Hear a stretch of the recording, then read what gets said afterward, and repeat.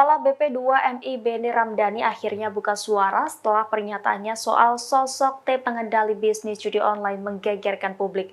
Aktor sindikat judi online tersebut ternyata beraksi dari Kamboja dengan merekrut staf dari Indonesia.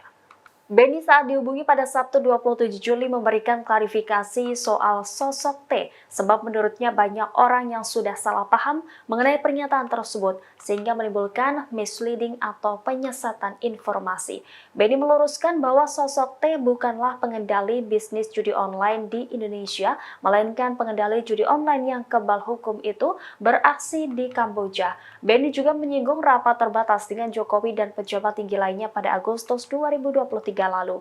Menurutnya saat itu rapat tersebut fokus membahas soal penempatan kerja ilegal ke Kamboja, yang mana penempatannya adalah kerja di bagian judi online dan scamming online. Benny pun mengatakan untuk mencegah penempatan ilegal ke Kamboja, maka perlu ditangkap pengendali bisnis judi online, yakni diduga berinisial T. Namun dalam beberapa pemberitaan, Benny mengatakan pernyataannya itu dihilangkan dan malah fokus ke judi online.